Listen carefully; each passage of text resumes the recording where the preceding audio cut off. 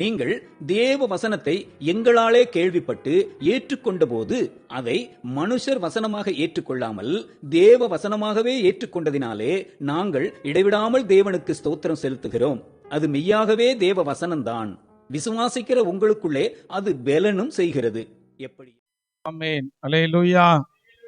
எத்தனை பேர் இந்த வசனத்தை விசுவாசிக்கிறீங்க? நிஜமாகவா? கொடுக்கிற ஒவ்வொரு கர்த்தருடைய வார்த்தையும் ஒவ்வொரு பிரசங்கத்தையும் எப்படிதான் தேவ வசனமா ஏற்றுக்கொள்கிறீர்களா?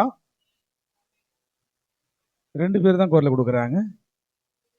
மீதி பேர்லாம் அப்படி ஏற்றுக்கொள்ளலையா? சபையிலே பண்ணுகிற ஒவ்வொரு பிரசங்கத்தையும் கர்த்தருடைய வார்த்தையும் நீங்கள் எப்படி ஏற்றுக்கொள்ளுகிறீர்கள்? புரியலையா? மீண்டுமா வாசிங்க. எல்லாரும் சேர்ந்து வாசிங்க. எல்லாரும் சேர்ந்து.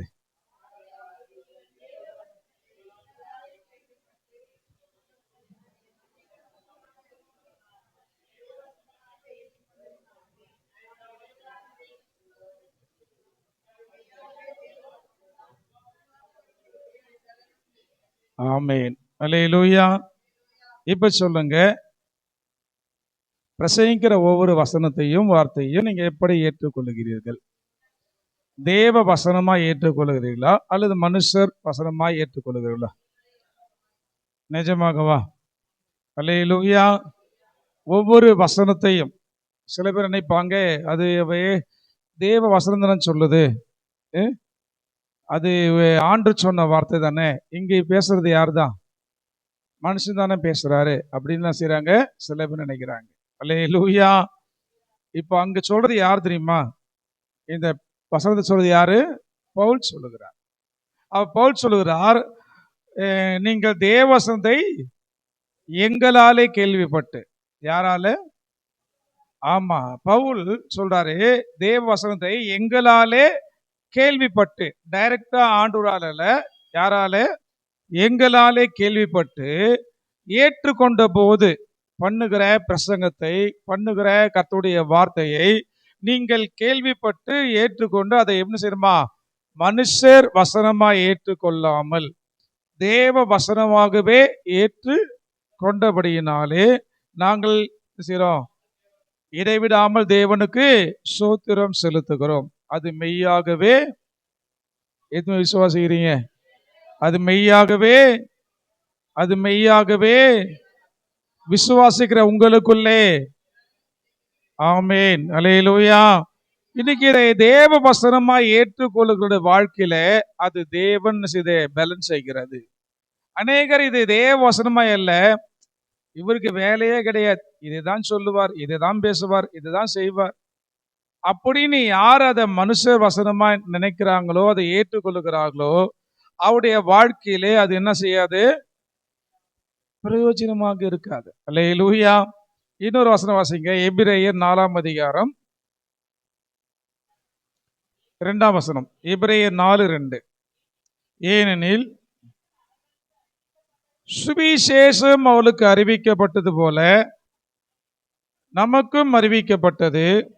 கேட்டவர்கள் விசுவாசம் இல்லாமல் கேட்டபடியால் அவள் கேட்ட வசனம் அவளுக்கு என்ன செய்யலையா? பிரயோஜனப்படவில்லை. அல்லேலூயா. எப்படி கேட்டாங்களா? எதனால விசுவாசம் இல்லாம கேட்கிறாங்க? இது மனுஷன் பேசுற வார்த்தை. இது யார் பேசுற வார்த்தை? ஆமா, தேவன் பேசுகிற வார்த்தை அல்ல, இது மனுஷன் பேசுகிற வார்த்தை என்று அதை தேவ வார்த்தை என்று விசுவாசிக்காமல் கேட்டபடியினாலே என்ன செய்யலையா? அவளுக்கு பிரயோஜனமா இல்லையா? அல்லேலூயா. இன்னைக்கும் ஒவ்வொரு திருச்சபையிலும் ஒவ்வொரு ஊழியர்களை கொண்டு தேவன் செய்யறாரு, பேசிக்கொண்டு இருக்கிறார். ஒவ்வொரு தேவ ஜனங்களுக்கும் தேவன் அந்த ஊழியர்களை கொண்டு செய்யறாரு, பேசி கொண்டு இருக்கிறார். பேசுகிற வார்த்தை நமக்கு தான் ஆண்டவர் பேசுகிறார் என்று யார் அதை விசுவாசத்தை ஏற்றுக்கொள்ளுகிறார்களோ அவருடைய வாழ்க்கையிலே அது என்ன செய்யுது? பேலன்ஸ் செய்கிறது. அல்லேலூயா. சில வார்த்தை உங்களுக்கு தீர்க்க தரிசனமாய் வரலாம், சில வார்த்தை உங்களுக்கு ஆறுதல் படுத்துகிறது போல வரலாம், சில வார்த்தை உங்களை கண்டித்து கொள்வது போல வரலாம், சில வார்த்தை என்ன செய்யலாம், உங்களை தேற்றுவது போல வரலாம். எப்படி மாற்றுடைய வார்த்தை வந்தாலும் அதை நீங்கள் மனுஷ வசனமாய் அல்ல, தேவனுடைய வார்த்தையாய் ஏற்றுக்கொண்டால் அது உங்களுக்குள்ள என்ன செய்யும், பேலன்ஸ் செய்யும். அல்லேலூயா. அதை அசட்டை பண்ணுவோமானால், இதெல்லாம் அவருக்கு தெரியும், தெரிஞ்சதால் தான் பேசுறாரு, அது நம்ம பத்தி அவங்க பாஸ்டர்ட்ட போட்டு கொடுத்துருப்பாங்க, அதால் தான் அவர் என்ன செய்யறாரு, பேசுறாரு, அப்படி இப்படி என்று நீங்க நினைப்பீர்களானால் அது உங்களுக்குள்ள என்ன செய்யாது, கிரியை செய்யாது. அல்லேலூயா. சுருக்கமாய் இப்போ அந்த வசனத்தை தேவ வசனமாய் தேவனுடைய வார்த்தையாய் ஏற்றுக்கொண்டதினாலே பயன்பெற்ற ஒருவரை குறித்து என்ன செய்யலாம், வாசிக்கலாம். அப்போஸ்தலர் 14 அதிகாரம் 9 வசனம். அப்போஸ்தலர் 14:9. பவுல் பேசுகிறதை கேட்டுக்கொண்டிருந்தான். அவனை பவுல் உற்று பார்த்து ரட்சிப்புக்கேற்ற விசுவாசம் அவனுக்கு உண்டென்று கண்டு. அல்லேலூயா. இங்கு பவுல் லீஸ்திரா பட்டணத்துக்கு சென்று அங்கு கர்த்தருடைய வார்த்தையை பேசிக் கொண்டிருக்கிறார். எங்கு சென்று? லீஸ்திரா பட்டணத்தில் போய் பவுல் என்ன செய்யறான், பேசிக் கொண்டு இருக்கிறார். அங்கு திரளான ஜனங்கள் அதை கேட்டுக்கொண்டு இருக்கிறார்கள். அல்லேலூயா. என்ன செய்யறாங்க, திரளான ஜனங்கள் கேட்டுக்கொண்டு இருக்கிறார்கள். அப்போ அந்த இடத்துல ஒரு தாயின் வயிற்றில் சப்பானியாய் பிறந்த ஒரு மனுஷன் என்ன செய்யறான், அங்க வேதம் சொல்றது சப்பானியாய் இருந்து ஒருபோது நடவாமல் கால் வழங்காதவனாய் இருந்தான். அல்லேலூயா. அதாவது சப்பானி பல வகை இருக்காங்கல்ல, சில பேர் நல்லா இருப்பாங்க, போலிய வந்தனை செஞ்சுக்கோ, கால் கை விளங்காம போயிருக்கும். அல்லேலூயா. சில பேர் ஆக்சிடென்ட் ஆகி காலம் செய்யும் உடஞ்சி போயிருக்கலாம். சில பேர் பக்கவாதம் சில பேர் செய்த ஸ்ட்ரோக் கை கால் என்ன செய்யலாம், விழுந்து போயிருக்கலாம். ஆனா சில பேர் பிறக்கும் போதே எப்படி பிறந்திருக்காங்க, சப்பானியா பிறந்திருக்காங்க. இந்த மனுஷன் அப்படிதான், தாயின் வயிற்றில் பிறந்தது முதலே எப்படி இருக்கானா, சப்பானியார். இப்போ இந்த சப்பானியும் அந்த கூட்டத்திலே ஒருவனாய் உட்கார்ந்து கொண்டிருக்கிறான். உட்கார்ந்து கொண்டிருக்கிற இவன் ஆண்டவருடைய வார்த்தை கேட்டுக் கொண்டிருக்கிறான். பவுல் இங்க என்ன செய்யறாரு, சுவிசேஷத்தை பிரசங்கம் பண்ணினான். அல்லேலூயா. என்ன பிரசங்கம் பண்ணினான்? சுவிசேஷத்தை பிரசங்கம் பண்ணினான். என்ன சுவிசேஷத்தை பிரசங்கம் பண்ணியிருப்பார் பவுல்? இயேசு நல்லவர், அவரை விசுவாசிங்க, அப்படி உங்களுடைய வாழ்க்கையில அற்புதம் செய்வார், உடைய கண்ணீரை துடைப்பார், உங்களை என்ன செய்வாரே, வாழ்க்கையை மாற்றி போடுவார், அவர் உங்களுக்காக பிறந்தார், உங்களுக்காக மரித்தார், உங்களுக்காக செஞ்சாரே, உயிரோடு கூட எழுந்தார். அல்லேலூயா. உங்களுடைய பாவத்தை மன்னிப்பார், சாபத்தை மன்னிப்பார், உடைய வியாதியை போக்குவார் என்று சொல்லி சொல்வாரே, கர்த்தருடைய வார்த்தையை பேசி கொண்டு இருக்கிறார். அல்லேலூயா.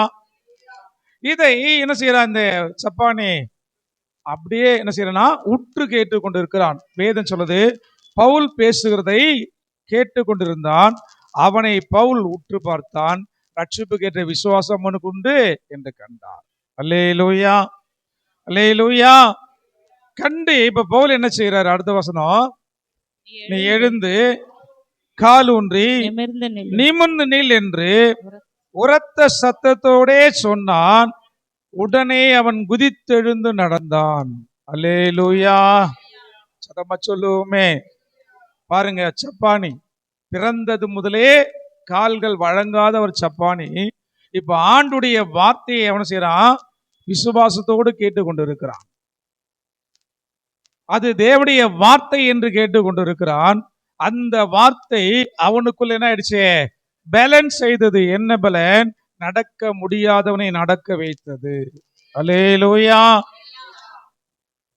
அருமையான தேவ ஜனமே, நாம ஆண்டுடைய வார்த்தையை என்ன செய்யணும், விசுவாசமா கேட்க. நீங்க பிரசங்கத்தை கேட்கிறோம், நல்லா இருக்குன்னு தலையாட்டுறோம், ஆனா வெளியே போன என்ன செஞ்சிடும், பிரசங்கம் முடிஞ்சதுக்கு அப்புறம் என்ன பிரசங்கம் கேட்டா மறந்து போறோம். அல்லேலூயா. அதுக்கு தேவை, முதலாவது நம்ம வரும்போதே ஆண்டவர் என்று என்ன பேசுவாரோ, எனக்கு ஆண்டுடைய வார்த்தை என்ன வருமோ என்று சொல்லி நீங்க ஜெபத்தோடும் வாஞ்சையோடும் உற்சாகத்தோடு வருவீர்களானால் ஆண்டவர் நிச்சயமாய் உங்களை குறித்து பேசுவார். அல்லேலூயா. ஏதோ ஞாயிற்றுக்கிழமை காலையில சர்ச்சைக்கு போனோமா, சாயந்தரம் சர்ச்சைக்கு போனோமா, போய் உட்கார்ந்தோமா, பாட்டு போடுவாங்க, ஆராதிப்பாங்க, நம்ம வேடிக்கை பார்த்தோமா, ஏதோ பிரசங்கம் பண்ணுவாங்க, அந்த நேரத்தில் செய்வோம், ஆட்கள் மாத்திரம் இங்க இருப்பாங்க, ஆனா காது எங்க இருக்காது? சொல்லுங்க, எத்தனை பேர் காது இங்க இருக்கு? அல்லேலூயா. காது ஐயா, காதெல்லாம் எங்க வெட்டிட்டு போக முடியாது, இங்கதான் இருக்கு. இருக்கு, ஆனா கேட்கிற காது, பண்ணுகிற பிரசங்கத்தை கேட்கிற காது நமக்கு வேண்டும். அதை வசனத்தை நாம் ஏற்றுக்கொள்ள வேண்டும். எனக்காக தான் ஆண்டவர் பேசிக் கொண்டிருக்கிறார். ஆண்டவர் என்னை நேசிக்கிறார். அவர் என்னை என்ன செய்யறாரு? ஆறுதல் படுத்த பேசுகிறார், என்னை தேற்றுவதற்காக பேசுகிறார், என்னை சீர்படுத்த பேசுகிறார், என்னை பசுத்தப்படுத்த பேசுகிறார், அவருடைய வருகைக்கு ஆயத்தமாக்க பேசுகிறார் என்று சொல்லி நீங்க வாஞ்சை விருப்பமாய் கேட்டீர்களானால் நிச்சயமாய் இந்த வசனங்கள், இந்த வார்த்தைகள் உங்களுக்குள்ள பேலன்ஸ் செய்யும். அது உங்களுடைய வாழ்க்கையில பெரிய ஆசீர்வாதத்தை கொண்டு வரும். அல்லேலூயா. இன்னைக்கு அநேக கிறிஸ்தவர்கள் வந்தவனமா இருக்க காரணம் என்ன? ஒரு மாற்றமும் இல்லாமல், ஒரு ஆசீர்வாதமும் இல்லாமல், ஒரு சுபாவங்கள் மாற்றம் இல்லாம இருக்க என்ன காரணம்னா, இந்த வார்த்தையை என்ன செய்யறதுல தேவ வசனமா ஏற்றுக்கொள்வது இல்லை. அல்லேலூயா. அப்போ சொல்லுகிறார், அது மெய்யாகவே, ஆமா, இதுல இருக்கிற அத்தனை வசனங்கள் என்ன வசனம் தான்? தேவ வசனம் தான். இதைதான் நாங்க போதிக்கிறோம். இதை விட்டுட்டு வேற ஏதாவது பேசினா அது என்ன சில ஏற்றுக்கொள்ள வேண்டிய அவசியம் இல்லை. வேதம் சொல்றது, போதிக்கிறவனுடைய பொண்ணு வேத வாக்கியங்கள் படி செய்யணுமா? போதிக்க. அப்ப இந்த வேத வார்த்தையை தான் உங்களுக்குள்ள போதிக்க போறோம். இதுதான் நீங்க வாஞ்சிய கேட்கணும், இதை விசுவாசமாய் கேட்கணும். அப்படி கேட்டால் உங்களுக்குள்ள பேலன்ஸ். இந்த சப்பானி எழுந்து நடந்தது போல நம்முடைய வாழ்க்கையில எவ்வளவோ காரியங்கள் சப்பானியை போல, ஒருவேளை சரீரத்துல கால்கள் நல்லா இருந்தாலும் நிறைய காரியங்களை மனசுல சப்பானியா என்ன செய்யலாம்? காணப்படலாம். என்னுடைய வாழ்க்கை இப்படியே இருக்கிறதே, ஒரு ஆசீர்வாதம் இல்லையே, கடன் பிரச்சனை மாறவில்லையே, நிமிர முடியலையே, என்னுடைய வாழ்க்கையில எந்தவித முன்னேற்றம் இல்லையே, என்னுடைய வியாதிக்கு ஒரு சுகம் இல்லையே என்று சொல்லி அநேகர் அங்கலாய்க்கலாம். ஆண்டுடைய வார்த்தையை நீங்க கேட்கும் போது ஆண்டவர் உங்களோடு கூட பேசுவார். அதை விசுவாசிக்கும் போது அது உங்களுக்குள்ள என்ன செய்யும்? பேலன்ஸ் செய்யும். அல்லேலூயா. சதமா சொல்லுவோமே. சபைக்கு ஆராதனைக்கு வந்தா என்ன செய்யணும்? கர்த்தருடைய வார்த்தைய எப்படி கேட்கணும்? விசுவாசமா கேட்கணும். தேவனுடைய வார்த்தை என்று சொல்லி உற்சாகமா. இன்னைக்கு பிரசங்கத்துல தூங்குறவங்க நிறைய பேர் இருக்கிறாங்க. எங்க தூங்குறாங்க? ஒரு தூங்குறவங்களாம் சொல்ல பார்க்கலாம். அல்லேலூயா, அல்லேலூயா. சத்தமா சொல்லுவோமே. பிரியமானவனுக்கு கர்த்தர் நித்திரை அளிக்கிறதா எங்க தெரியுமா? நைட்ல வீட்டுல போய் தூங்கும் போது கொடுப்பார். சபையில தூங்குறவங்களுக்கு ஆண்டவர் அவங்களை பிரியமானவரை நினைக்கவே மாட்டார். அல்லேலூயா. ஏன்னா வார்த்தையை அசட்டை பண்றாங்களே, ஆராதனை அசட்டை பண்றாங்க, வார்த்தையை அசட்டை பண்றவங்கள தேவன் பிரியமானவனா நினைக்கவே மாட்டார். ஏன்னா வேதம் சொல்லுது, என்னை கனப்படுத்துகிறவனை என்னை அசட்டை பண்ணுகிறவர்கள். ஆமா, அப்போ ஆண்டுடைய ஆராதனை அசட்டை பண்ணிட்டு உட்கார்ந்துட்டு பாட்டு அந்த துதியை அசட்டை பண்ணிட்டு கர்த்தருடைய வார்த்தையை அசட்டை பண்ணிட்டு தூங்கிட்டு இருந்தா ஆண்டவர் அவங்க மேல் பிரியமா இருக்கவே மாட்டார். அது கர்த்தர் கொடுக்கிற நித்திரை அல்ல. யார் கொடுக்கிற நித்திரை? யார் கொடுக்கிற நித்திரை? ஆமா, நீங்க வசனத்தை கேட்க கூடாது, ஆராதிக்க கூடாது சொல்லிட்டு அவன் கொடுக்கிற நித்திரை. அல்லேலூயா.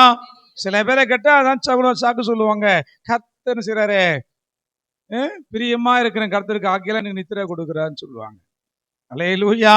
அது தேவன் கொடுக்கிற நித்திரை அல்ல.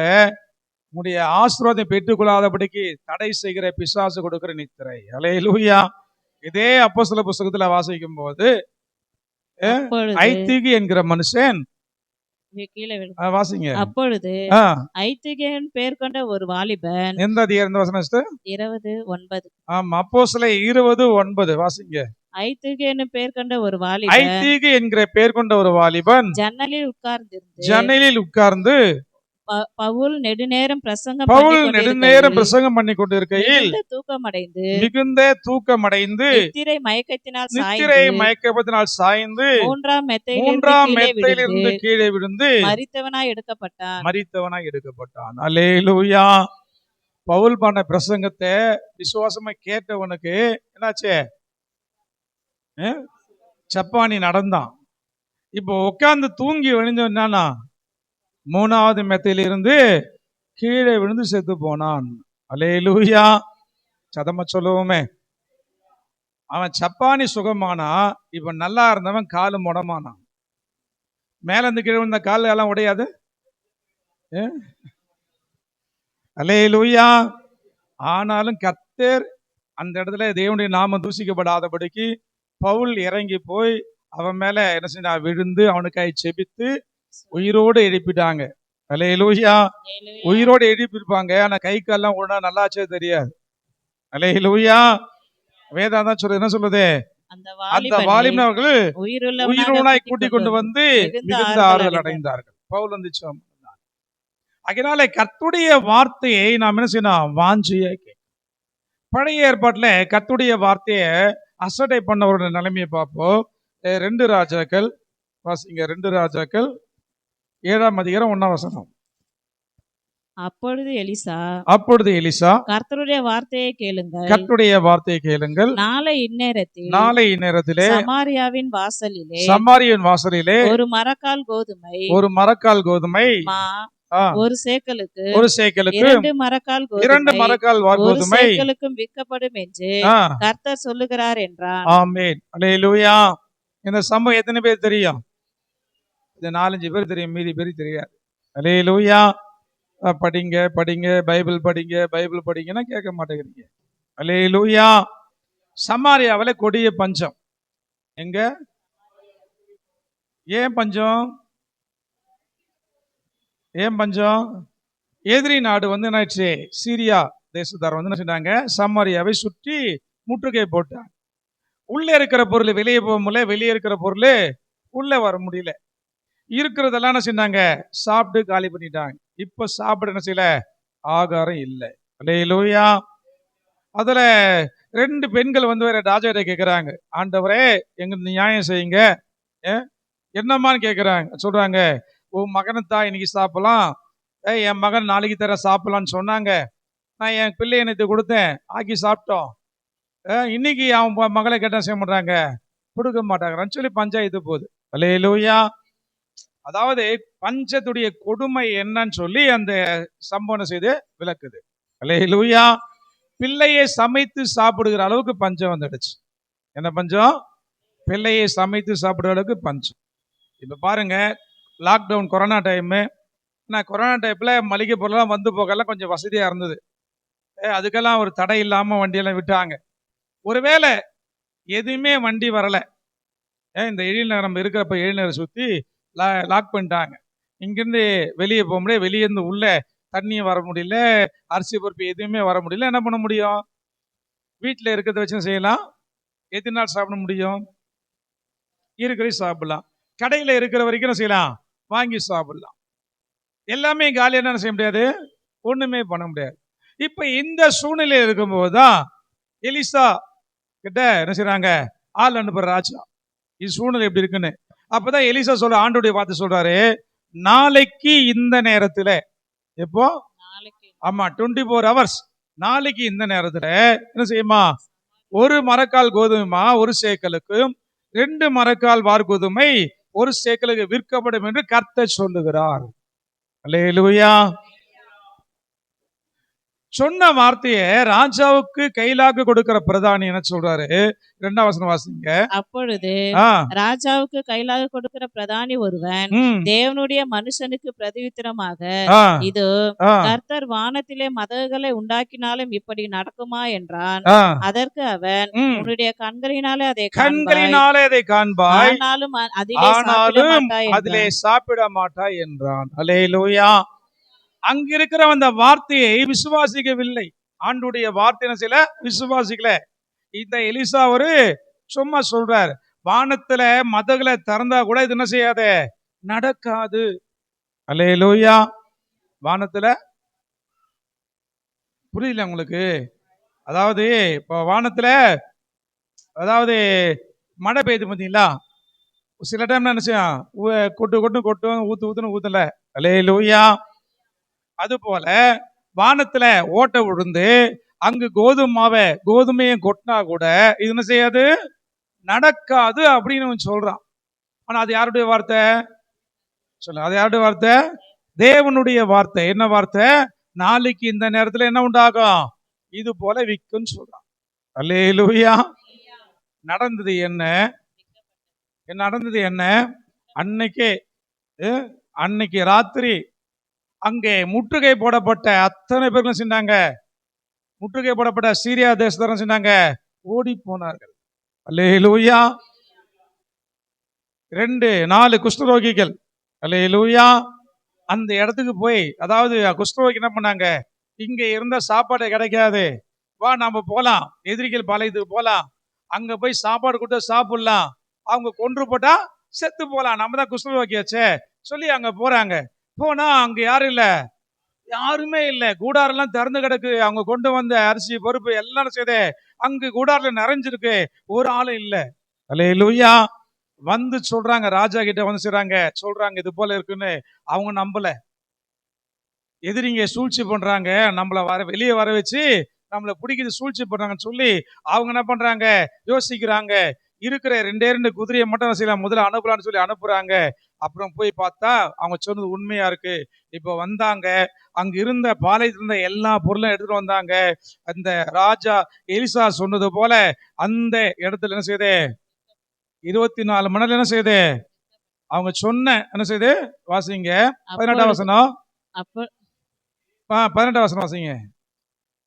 2 மரக்கால் வார் கோதுமை 1 சேக்கலுக்கு, 1 சேக்கலுக்கு 1 மரக்கால் கோதுமை மா 1 சேக்கலுக்கு, நாளை இந்நேரத்திலே சமாரியாவின் ஒலிமுக வாசலிலே விற்கும் என்று தேவனுடைய மனுஷன் ராஜாவுடைய சொன்னதின்படியே நடந்தது. அல்லேலூயா. இப்ப நடக்குமான்னு சொன்னார் பாரு, வானத்தின் மதவத்தர் நடக்குமான்னு சொன்னாங்க. அவர் தான் அந்த இடத்துல ஒலிமுக வாசலை விசாரணை.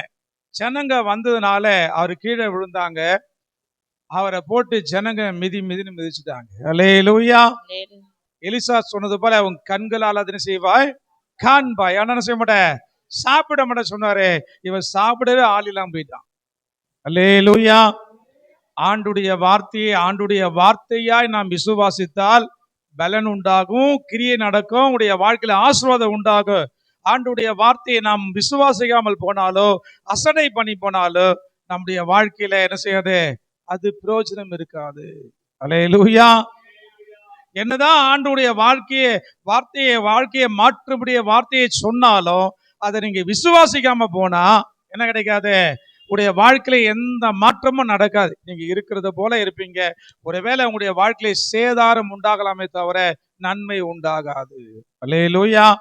அதனாலே ஒரு நாளும் ஒருபோதும் ஆண்டுடைய வார்த்தையை அற்பமாய் எண்ணாதீர்கள். அல்லேலூயா. ஆண்டவர் சொன்னா நடக்கும். இதே எலிசா கொண்டு சொன்னார்.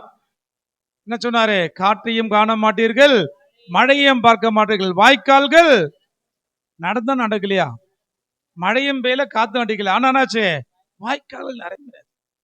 செங்கடலை வழியே இல்லாத செங்கடலை ரெண்டா என்ன செஞ்சார் ஆண்டவரே.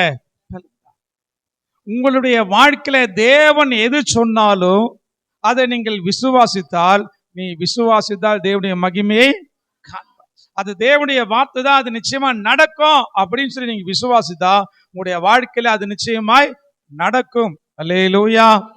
கர்த்தர் நல்லவர். வாயை திறக்கிறீங்களா பாருங்க. கர்த்தர் நல்லவர். அவர் சொல்ல, அவர் கட்டளையிட நடக்கும். இது விசுவாசித்தால் போதும். நாம் எழுந்து அப்படியே நாம் ஜெபிக்கலாம்.